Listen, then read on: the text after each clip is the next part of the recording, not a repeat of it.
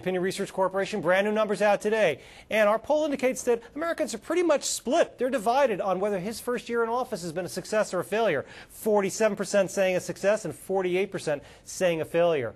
How about his overall job? Do Americans think he's doing a good job in office? Well, our poll indicates that 51% of Americans approve of the job Mr. Obama is doing in the White House. That is down 3 points from December when 54% approved of the job Mr. Obama was doing. All right, those are the headlines. But to find out more about those numbers and to dig deeper, let me bring in Keating Holland. He is our polling director here at CNN. Keating, why the slight drop in the approval rating? And also, tell me about the success-failure numbers. Yeah, well, we're seeing some familiar patterns for Obama, some new patterns for Obama. The familiar pattern is this. People still like him as a person. 2/3 of Americans say that he has the necessary personality and leadership skills to be president. The new thing is they're also liking him as a commander-in-chief. He's getting good ratings, at least decent ratings, on foreign policy matters, national security matters. But 49%, only 49%, approve of or say they agree with him on issues that matter the most to them. So they like him as a person. They're not really sure about him on the issues. The issues are what's starting to drag him down as we're getting into his first year in office. You know, one claim you hear from the Republicans is this president is too liberal for the nation. You asked about that, whether the president and his policies are too liberal. What did you find out? Yeah, well, we're finding the number who say that he's too liberal for the country is on the rise. It was 36% back in March. It's 46% now. So almost half say he's too liberal.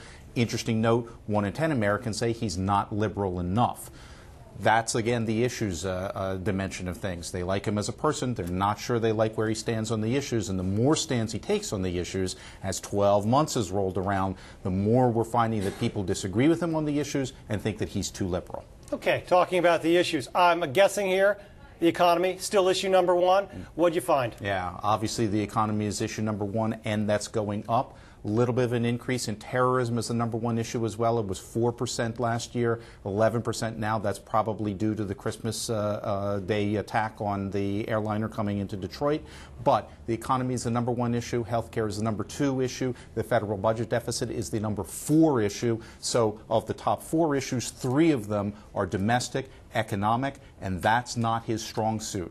We tested a number of domestic issues, and he has a majority disapproving of him on every single domestic and economic issue that we tested. The economy overall, taxes, unemployment, health care, the budget deficit. He gets decent numbers, as I mentioned earlier, on foreign policy and on terrorism and on the wars in Iraq and Afghanistan. But those are not the big issues to most Americans. Terrorism's the only one of those that cracks double digits. The war, only single digits say that that's the most important issue to the country. It's the economy, stupid. It's going to be that way throughout 2010, probably into 2011, probably into 2012, which of course is when he's up for re-election.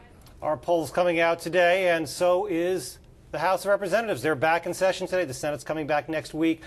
Our poll indicates that just over 1 in 4 Americans are giving Congress a thumbs up, approve of the job Congress is doing.